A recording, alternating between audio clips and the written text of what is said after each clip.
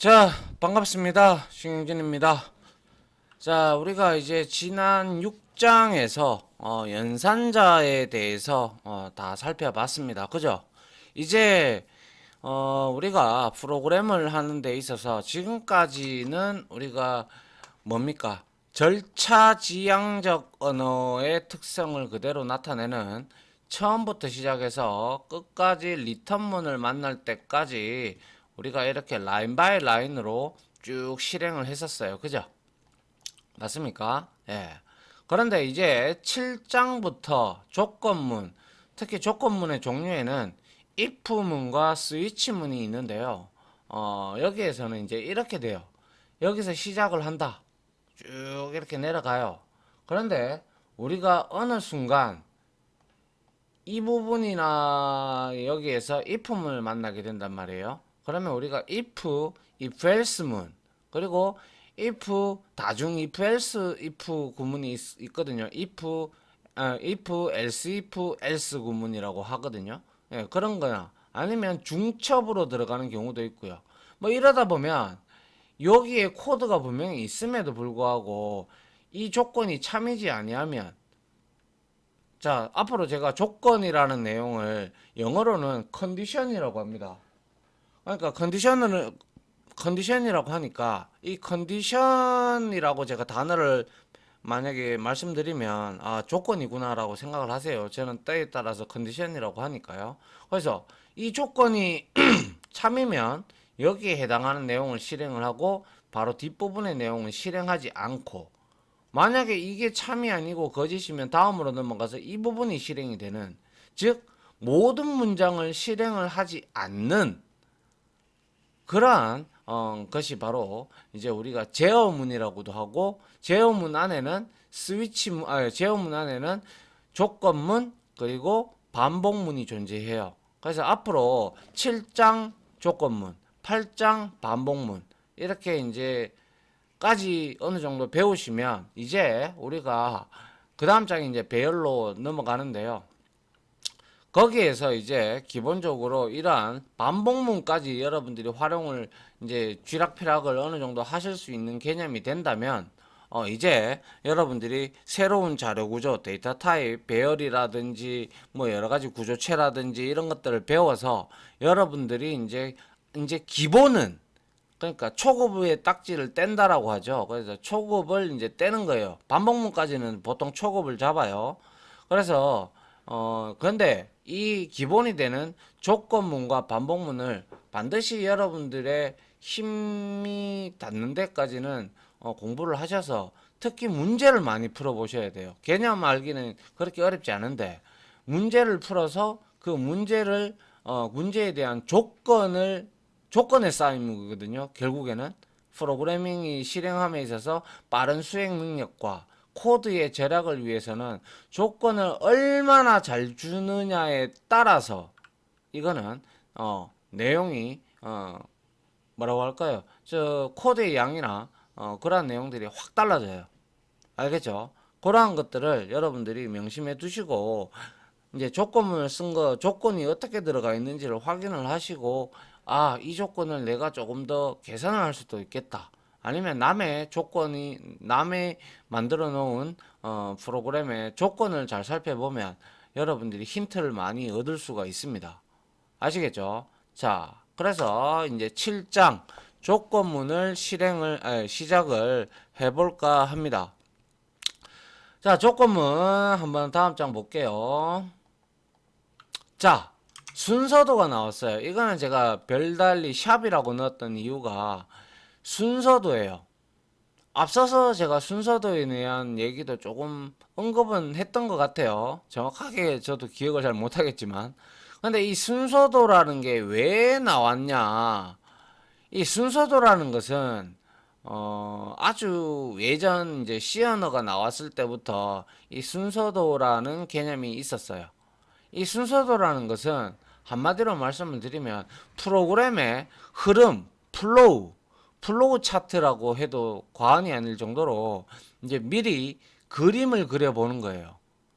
그래서 요즘에는 이제 우리가 객체 지향 언어라든지 이런 거 같은 경우는 이제 우리가 UML이라는 또 랭귀지 같은 랭귀지는 아니고요. 도구가 있는데 그 UML을 통해서 이제 객체의 상속이나 인터페이스의 관계나 이런 것들을 표식을 많이 하고 이제 서로 소위 말해서 스케치를 한다라고 하죠.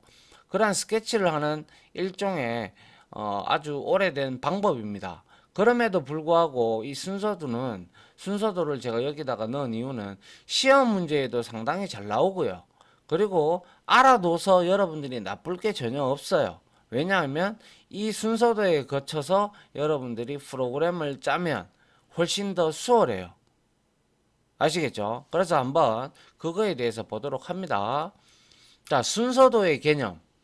프로그램이나 작업의 진행 흐름. 우리가 어디 가든지 공장이나 이제 어떤 현장이나 아니면 사무실이나 이런 데서 일을 하시게 되면 그 사무실, 즉 사무실에도 회계팀이 있고 무슨 팀이 있고 무슨 팀이 있고 뭐 인사팀도 있고 생산팀도 있고 영업팀도 있고 다 있잖아요. 그죠? 물론 회사의 규모에 따라서 좀 달라지겠지만 그런 이제 팀들은 전부 다 그 팀만의 프로세스가 있죠. 프로세스. 그러니까 절차. 그러니까 프로그램이 아니라 일단 이런 업무를 수행하기 위해서는 어떠한 단계를 거쳐야 된다. 이러한 뭐 그러한 내용들이 있습니다. 아울러 또 현장에 가면 어떠한 장비를 통해서 어떤 장비를 거쳐서 또 쭉쭉쭉 가잖아요. 가다 보면 이제 거기에 막 우리 컨베이어에다가 이제 생산 양품 나오고 이러잖아요. 그런 것들도 전부 다 뭡니까? 작업 지시서라는 게 있어요. 작업 지시서. 공정 흐름도라는 것도 있고요. 그래서 그런 것들, 공정 흐름도는 이제 작업 지시서보다 규모가 좀 넓은 범위를 의미하고요. 하나의 장비를 가지고 이제 작업을 할 때도, 이러한 제품을 뽑아내기 위해서는 이러한 작업의 일련의 플로우를 따라야 된다. 뭐 이런 것들이 있단 말이에요. 그래서 프로그램도 마찬가지예요. 프로그램도 이제 작업의 진행의 흐름을 순서에 따라서 여러 가지 기호나 문자로 나타낸 도표. 이거는 이제 서로 약속된 도표라고 보시면 됩니다. 알겠죠? 그래서 흐름도, 즉 플로우 차트라고도 하며, 자, 프로그램의 논리적인 흐름이나 데이터의 처리 과정을 표현하는데 사용이 된다. 프로그램을 작성하기 전에 프로그램의 전체적인 흐름과 과정 파악을 위해서 필수적으로 거쳐야 되는 작업이다. 그래서 요즘에 이제 공부를 하시는 학생들은 이 순서도에 대해서 중요성을 잘 몰라요. 그냥 막무가내로 짜고 이러다 보면 결국에는 돌고 돌아서 자기가 이게 자기 생각대로 움직이다 보면, 그러니까 미리 스케치를 하지 않고 구상도를 그려보지 않고 미리 한다면 시행착오만 늘어날 뿐이죠. 맞죠? 그래서 전반적으로 그림을 크게 우리가 왜 어떠한 뭐죠? 로버트라든지 장난감 로봇이라든지 이런 것들도 만들 때 순서가 다 있죠. 그죠?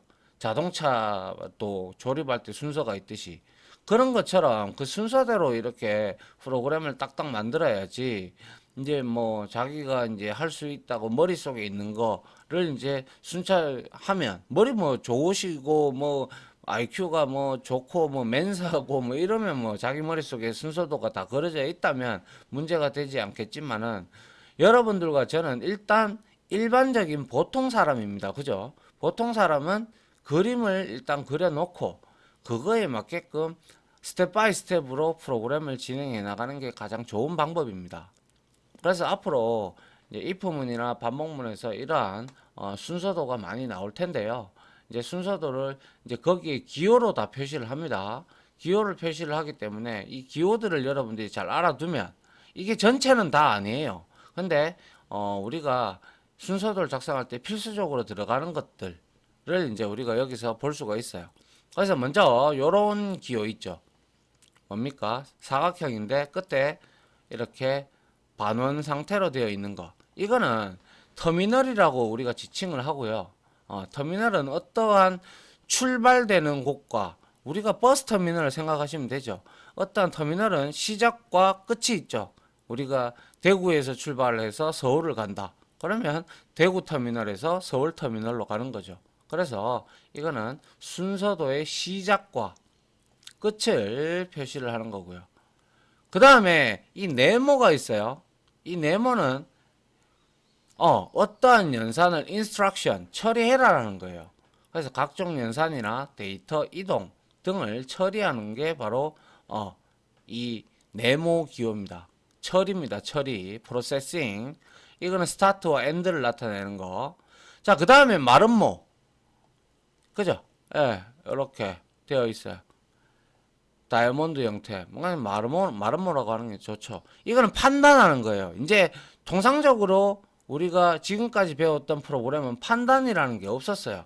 왜냐하면 처음부터 끝까지 쭉 이거와 이거가 연속이었다면 이제부터는 if 문이 들어오고 if else 문이 들어오고 if else 들어오게 되면 이제 판단을 해야 돼요. 이게 참이냐 거짓이냐 이거에 따라서 이거를 실행할 건가 아니면 이걸 실행할 건가 판단을 해야 되죠. 맞나요? 그래서 여러 가지 경로 중 하나를 선택을 표시할 때 우리가 마름모를 이용을 해서 판단을 한다는 거. 즉 다시 말해서 초이스 한다라고 생각하십시오. 그래서 어떤 걸 선택을 해야 되죠. 자, 그 다음에 이렇게 우리가 이걸 뭐라고 하죠? 이거 기억이 안 나는데 아무튼 이렇게 되어 있는 기호 그죠? 이거는 입출력을 나타냅니다. 뭐 스캔F라든지 프린트F 뭐 이런 것들도 이제 데이터 입출력의 표시를 나타내는 것이죠. 예. 그 다음에 화살표는 뭐 더 이상 설명할 필요 없죠. 어디로 흘러간다라는 거, 처리 간의 연결 기능을 표시하는 것이고요. 자, 그 다음에 자 동그라미가 서클이 나왔는데 원이 나왔는데요. 이거는 연결자라고 합니다. 그래서 흐름이 다른 곳과 연결되는 입출구에 를 나타내는데 이거는 거의 잘 안 씁니다. 예. 뭐 쓸 때도 있고요. 예. 그 다음에는 이제 이렇게 이런 기호들이 있는데요. 이런 기호들은 우리가 서류를 매체로 하는 입출력 표시예요. 그래서 우리가 이제 요즘에는 서류를 이제 하드카피로 쓰지는 않잖아요. 그죠? 통상 전부 다 로데이터로 되어 있기 때문에 이거는 이제 거의 많이 안 써요. 알겠죠? 근데 이제 뭐 알아둔다고 해서 시험 문제는 이런 것들이 나온단 말이에요. 컴퓨터 개론이나 구조에서 개론에서 많이 나오죠. 그 다음에 준비 이거는 기억 장소 초기값 등을 작업의 준비 과정을 나타내는 게 이 육각형 형태의 모습입니다. 그리고 여기에서 이렇게 되어 있는 것은 수동 입력 콘솔에 의한 우리가 입력이 있죠. 그죠? 그런 걸 나타내는 걸 쓰는 거고요. 자, 그 다음에 요렇게 되어 있는 거 여기에 요렇게 되어 있는 거 그죠? 요런 것들은 우리가 천공 카드라고 얘기를 하는데요. 이 천공 카드는 여러분들도 처음 들었죠. 그죠? 저도 솔직히 말해서 천공 카드 보기만 봤어요. 간단하게 뭐 이렇게 사진이나 아니면 실물을 본 건 아니에요. 저도. 그런데 이 천공 카드라는 것은 이렇게 우리 OMR 카드 여러분들 써보셨죠? OMR 카드에 이렇게 답안하고 그리고 여기에 자기의 몇 학년 몇 반 이름이 어쩌고 저쩌고 이렇게 되어 있죠. 그죠?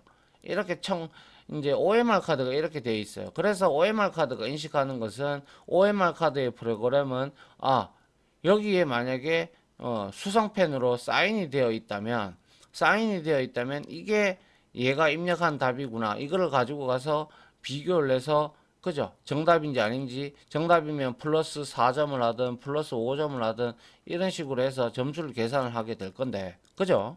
그런데 이거와 생김새는 거의 비슷합니다. 비슷한데 천공이라고 있어요. 천공이라는 뜻은 뭡니까? 천공. 천공이라는 뜻은 뭐예요? 천공 카드를 우리가 다른 말로 펀치드 카드라고 하는데요. 그러니까 우리가 이렇게 OMR 카드가 있다면 여기 이렇게 되어 있는 이 공간을 뚫어요. 공간을 나타내는 아시겠어요? 구멍을 뚫어버려요. 그게 이제 우리가 어떻게 이제 천공이 났다 그러면 우리가 어떠한 뭐 이제 구멍이 났다라고 얘기를 하잖아요. 그죠? 그래서 이걸 뚫어서 데이터를 표현하는 그러한 하나의 저장 매체라고 할까요? 저장 매체보다는 저장 데이터를 이렇게 뚫어서 표현을 하기 때문에 그러한 천공 카드의 입출력을 나타내는 거예요. 지금은 거의 안 써요. 이거는 보통 1725년 18세기경에 우리가 많이 이제 나와가지고 우리나라에서는 뭐 거의 한 1900년대에서 이제 뭐 그때부터 썼던 거기 때문에 지금은 안 씁니다. 아시겠죠? 그래도 혹시나 시험 문제에 나올 수도 있으니 이제 한번 보시란 말이죠.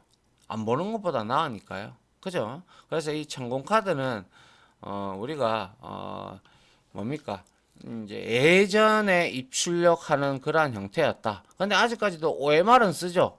OMR 카드는 우리 아들내미도 보니까 시험 칠 때 OMR 카드를 쓰더라고요. 그래서 그 OMR 카드에 뭐 시초가 됐다. 이렇게 보시면 될 것 같아요.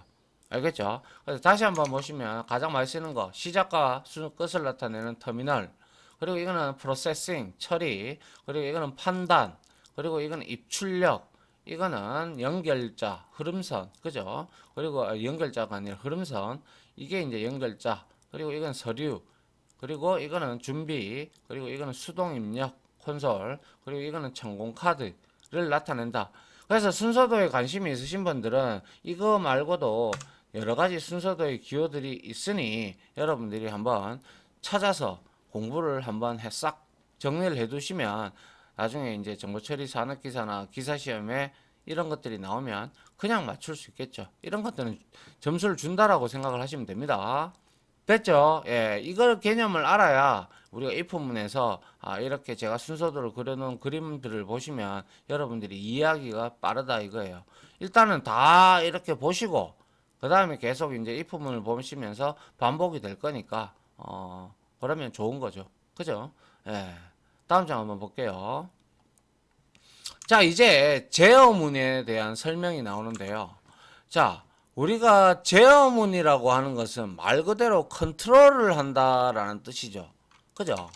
컨트롤을 한다는 뜻이에요. 그래서 제어문의 개념은 컴퓨터 프로그램은 제시한 명령을 순차적으로 지금까지 수행을 했단 말이에요. 그죠? 순차적으로 수행을 하는 게 맞아요. 예. 그래서 절차지향적이고 순차적이다라고 하죠. 이때 명령이 실행되는 순서를 제어하는, 그러니까 순차적으로 실행되던 것을 이거는 실행하고 저거는 실행하지 마라 이렇게 우리가 해줄 수가 있단 말이에요. 아니면 여기서 계속 룹 반복문을 돌다가 빠져나가라 뭐 이런 등등을, 아니면 무한루프를 돌든지 뭐 이런 식으로 우리가 프로그램의 흐름을 코드로 제어를 할 수가 있다고 해서 제어문이라고 합니다. 그래서 순서를 제어하는 명령문을 제어문, 컨트롤 스테이트먼트, 제어 문장이죠. 그죠? 제어문이라고 한다. 제어문은 수행하고자 하는 명령문을 제어하고 강제로 분기, 나눌 분자입니다. 그죠? 프로그램을 강제로 다른 곳으로 이제 다른 곳만 실행하게끔 만들어 주든지 아니면 자신만 실행하게끔 만들든지 이렇게 할 수가 있단 말이에요. 분기는 나눈다라는 뜻이에요. 그래서 강제로 분기하기 위해서 사용한다. 이게 바로 제어문의 개념이고요. 크게 이제 제어문의 종류는 우리가 배우게 되는 조건문과 반복문으로 구별을 할 수가 있고요. 특히 조건문은 말씀드렸다시피 컨디션, 제시한 특정 조건이 참이냐 거짓이냐를 우리가 판단, 이거 순서도 그죠? 요거 말은 뭐 요거를 이용을 해서 참인지 거짓인지, 입력한 데이터가 양수인지 음수인지를 판단해서 양수이면 이걸 실행하고 음수이면 저걸 실행해라 이렇게 우리가 만들 수가 있잖아요. 그죠? 그런 것처럼 참인지 거짓인지를 판단하여 판별해서 수행하는 명령을 다르게 정의하는 명령문이다 라는 것이고, 반복문은 제시한 조건이 참일 동안 계속 그 문장을 반복합니다. 반복 수행을 하는 명령이 바로 반복문입니다. 그래서 여기에는 for문도 있고 뒤에서 배우겠지만 for문도 있고 while문도 있고 doWhile문도 있고 그렇습니다. 아시겠죠? 예. 일단 이건 개념적으로만 보세요. 그래서 조건문을 디테일하게 설명을 좀 드리면 조건문은 특정한 조건, 그죠? 스페셜 컨디션입니다. 그죠? 컨디션에 따라서 다른 문장을 수행하기 위한 명령문이다. 그래서 예를 들어 놨는데 예를 들면 비가 오면 우리는 장화를 신고 비가 오지 않는다면 운동화를 신는 두 가지 상황을 판별하기 위한 조건은 뭐예요? 안 봐도 알죠. 비가 오냐 안 오냐 이게 조건이잖아요. 비가 오면 true, 비가 오지 않으면 false. 이렇게 우리가 판단을 내려서 각각의 명령문을 실행하게끔 만들면 되죠. 맞나요? 그래서 비가 온다는 게 바로 컨디션, 조건입니다. 그죠? 그래서 실제로 비가 오면 참, 비가 오지 않으면 거짓이 되어 그에 맞는 문장으로 우리가 분기, 나눠서 던진다는 거예요. 그죠? 예를 실행하게끔 나눠준다는 거예요. 그래서 조건문은 하나의 조건으로 간단하게 끝나는 단순 조건문, if문 한 장만 쓰는 거도 있지만, 근데 원하는 조건을 우리가 찾아낼 때가 있어요. 예를 들어서 우리가 뭐 예제로 다음에 만나보겠지만은 학점이에요. 학점이라면 내가 90점이면 만약에 A0를 받아야 된다. 이러면 이제 뭐 이런 것들 만약에 70점이다. 그러면 이거는 C를 받아야 되는데 이런 것들을 쭉 if하고 else if, else if, else if, else 이러한 구문을 이용을 해서 그 학점이 그 점수에 맞는 학점을 조건에 따라서 뭐 참인 경우를 여러 개의 문장을 둬서 찾아야 되죠. 그죠? 그러한 조건을 찾을 때까지 여러 조건을 비교하는 다중 멀티 조건문도 있다라는 거예요. 싱글 조건문도 있고 멀티 조건문도 있다 이거예요. 알겠죠? 그래서 중첩 조건문은 중첩이죠. 영어로는 우리가 이런 걸 nested라고 합니다. 그래서 nested 뭐 컨디션 컨트롤 스테이트먼트 아니면 컨디션 스테이트먼트 이렇게 혹시 말이 나오면 이거는 nested는 중첩이라는 뜻이에요. nested 상당히 많이 씁니다. 잘 알아두셔야 될 단어고요. IT 용어입니다. 예.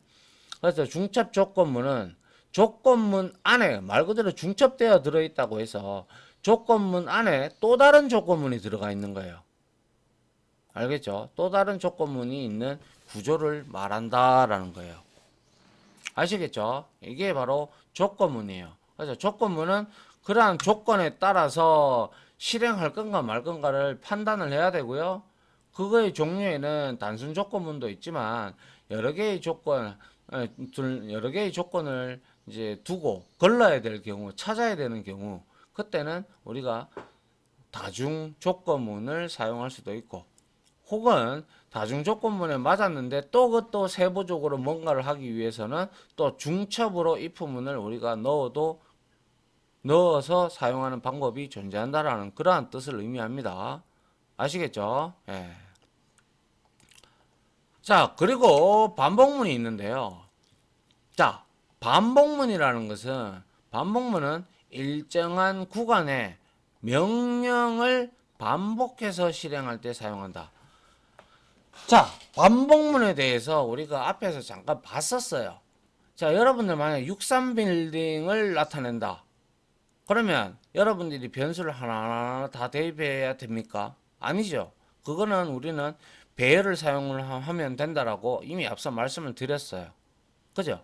그런데 그러한 값들을 만약에 100개의 방을 연속으로 붙인 배열이 있다라고 가정을 한다면 그거를 우리가 출력을 하기 위해서 그 100개의 방에 할당되어 있는 값을 출력을 다 하기 위해서 우리는 100개의 방에 있는 값들을 프린트F로 다 찍을 겁니까?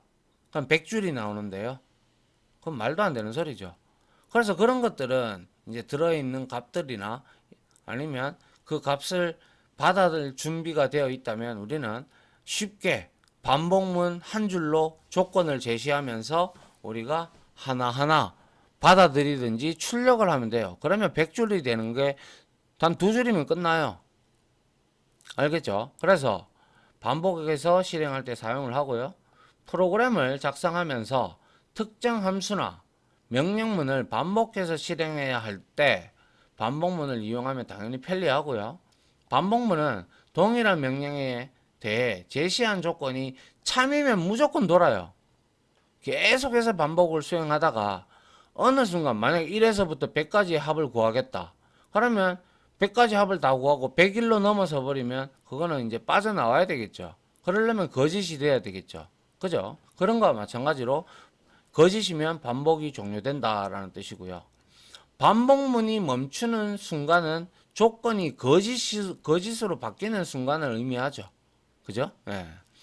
그리고 아울러 반복 횟수는 조건에 따라서 결정이 되는데 예를 들어 조건을 잘못 지정하게 되면 결과가 엉뚱하게 나올 수도 있고 아예 프로그램이 종료가 돼버리지 아니 종료가 안 되고 계속 도는 경우도 있어요.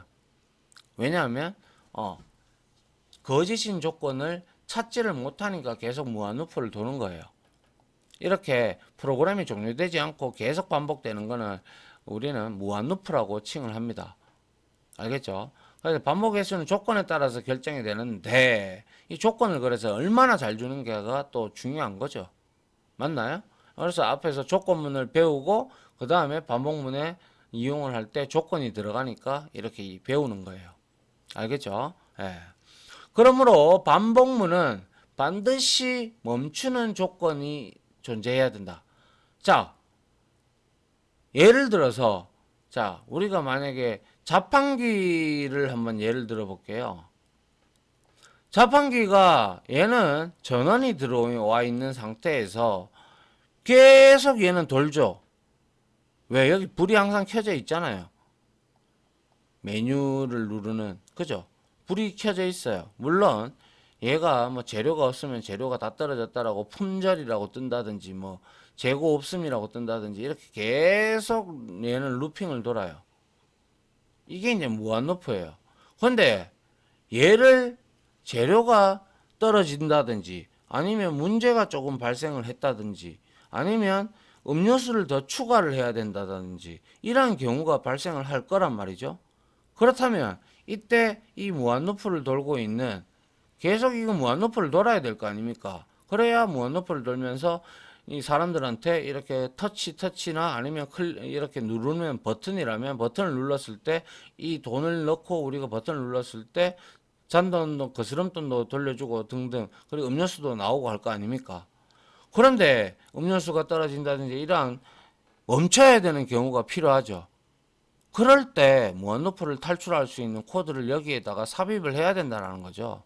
예를 들면 뒤에 비상 버튼을 누른다든가 아니면 전원을 뺀다든가 뭐 이러한 등등의 조건을 우리가 줄 수가 있겠죠. 맞나요? 그래야 우리가 이거를 열고 음료수를 채우든 말든 할 거 아니에요. 그죠? 그래서 이거 상당히 중요한 말입니다. 어떠한 반복문이라도요, 무한루프를 계속 돌아야 되는, 무한루프를 돌기는 돌되, 계속 돌 필요는, 아니, 돌더라도, 뭐, 빠져나갈 구멍은 반드시 있어야 돼요. 없으면 그 프로그램은 잘못된 거예요. 알겠죠? 그래서 반복을 멈추는 조건이 존재해야 한다. 반복문에는 한 개의 반복문을 사용하는 싱글 루프라고도 하고 단순 반복문이라고도 하고요. 반복문 안에 또 다른 반복문을 사용하는 중첩 반복문 이거는 더블 루프라고도 우리가 얘기를 합니다. 알겠죠? 그래서 더블 루프, 싱글 루프 이렇게 나뉩니다. 그래서 싱글 루프도 싱글 루프는 그나마 여러분들이 설명을 드리면 잘 이해하고 이제 좀 하는데 더블 루프 들어가서 돌리면 여러분들이 힘들어요. 그래서 이게 굉장히 많은 연습을 요하는 내용입니다. 그리고 특정 명령을 무한히 돌리는 무한 루프 방금 말씀드렸죠. 자판기라든지 또 우리가 실생활에서 볼 수 있는 은행 ATM기도 뭐예요? 이것도 무한루프 돌죠. 지속적으로 사람들한테 서비스를 하기 위해서. 근데 얘도 현금이 떨어진다든지 하면 5만원권이 떨어졌다, 만원권이 떨어졌다 이렇게 하면 멈춰야 될 거 아니에요. 그래서 반복을 멈추는 조건이 필요한 거예요. 아시겠죠? 그래서 프로그램에서 반복문을 사용을 하다 보면 특정한 조건일 때 반복문을 벗어나야 되는 경우가 있죠. 얘는 뭐 돈이 다 떨어졌던가 어디 기계가 뭐 칩이 뭐 다 됐다든가 뭐 이럴 때, 그리고 얘는 음료수가 떨어졌다든지 아니면 고장이 났다든지 이런 경우가 되게 될 겁니다. 그죠? 그래서 벗어나야 되는 경우가 있는데 이때 벗어날 때 우리는 브레이크 문을 사용을 합니다. 브레이크 문은, 자, 브레이크는 뭐예요?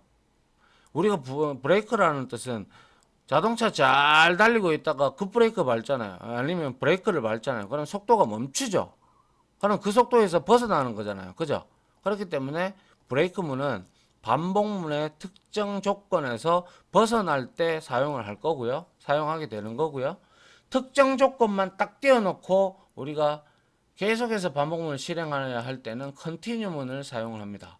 컨티뉴는 원래 지속하라, 계속하라라는 뜻이잖아요. 그래서 컨티뉴는 우리가 만약에 1에서부터 10까지 중에서 3의 배수를 구하세요 라고 이렇게 돼 있잖아요.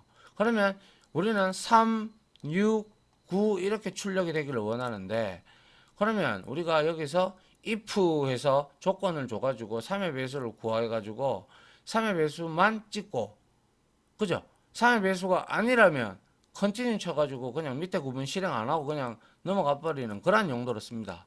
아직까지는 여러분들 이거에 대해서 사용을 우리가 아직 안 해봤기 때문에 여러분들이 다소 낯설 수 있습니다. 하지만 브레이크문하고 컨티뉴 그리고 반복문 for, while, do while은 나중에 뒤에서 배울 거니까요. 뭐 그냥 이런 게 제어문의 종류로 존재하는구나 라고 여러분들이 생각을 하시면 될 것 같습니다. 아시겠죠? 예. 요게 바로 이제 반복문, 제어문의 종류에서 크게 제어문의 종류는 조건문과 반복문, 그 중에서도 이 조건문을 일단 먼저 우리가 배워보는 겁니다. 알겠죠? 그래서 제어문의 구조는 이렇게 세 가지가 존재하는데요.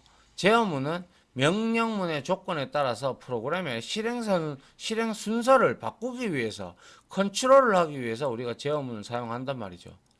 그래서 제어문은 순차, 선택, 반복, 그죠? 이라는 세 가지 구조로 구성이 되는데요. 순차 구조는 그냥 이거예요. 자, 스타트 했다, 엔드 했다. 그리고 이건 처리 구문이잖아요. 그래서 이거는 지금까지 우리가 해왔던 구조가 거의 순차 구조죠. 이번 장부터 이제 배우는 게 바로 선택 구조입니다. 참과 거짓 중에 하나를 선택해서 실행하는 구조로 조건문에 해당한다. 그래서 스타트를 하고 여기에서 if문을 만나가지고 이게 참이냐 거짓이냐에 따라서 참이면 이걸 실행하고 거짓이면 이거를 실행을 하고, 그러면 둘 중에 하나는 실행이 될 수도 있고 안 될 수도 있겠네요. 그죠? 이러한 형태가 바로 선택 구조다라는 거예요. 그리고 반복 구조는 조건이 참일 동안 명령이 지속적으로 반복이 되면서 실행되는 구조로 반복문에 해당이 되죠. 스타트를 했는데 조건문, for문이나 while이나 do while이 왔다. 그럼 이 조건문이 그 반복문 안에 조건식이 들어가거든요. 그 조건식이 들어가서 그게 조건식에서 true가 실행이 맞다면, true라면 명령문을 계속해서 반복문을 통해서 이렇게 돌 것이며, 이제 이 조건이 비로소 false가 되었을 때 어떻게 명령문 실행하면 안 되죠. 그래서 빠져나가는 이렇게 구문이 바로 구조가 반복 구조다라는 거예요. 그래서 지금까지 배운 거는 순차 구조, 이제부터 배울 거는 선택 구조와 선택 구조 끝나면 반복 구조에 대해서 배울 겁니다. 아시겠죠? 예. 자, 그래서 다음 시간부터는 이제 if문에 대해서 디테일하게 살펴보도록 하고요. 자, 그래서 우리가 이번 시간에는 순서도의 종류, 순서도를 또 왜 써야 되는지 개념, 그리고 제어문의 종류, 그리고 제어문의 개념, 그리고 제어문의 구조, 이런 것들에 대해서 좀 살펴봤습니다. 기본적으로 뭐 아직까지 우리가 if를 들어가지 않은 상태이기 때문에, 근데 이렇게 전제 조건의 서두에 이러한 개념들을 잡아줘야 if나 우리가 조건문이나 반복문에 쓰이는 스테이트먼트들을 여러분들이 충분히 이해하시는데 도움이 많이 될 거로 저는 사료합니다. 자, 이렇게 해서요. 첫 번째 강의는 이렇게 마치도록 하고요. 다음 이론 시간에는 if문에 대해서 종류가 여러 가지 있다고 했죠. 그죠? 그러한 종류들을 살펴보면서 이론적으로 보고 또 실습도 해가면서 이제 우리가 한번 해보도록 하겠습니다. 자, 지금까지 강의 들어주신다고 고생 많으셨고요. 저는 다음 시간부터 if문을 설명을 드리도록 하겠습니다. 자, 다들 강의 들어주신다고 고생하셨습니다. 감사합니다.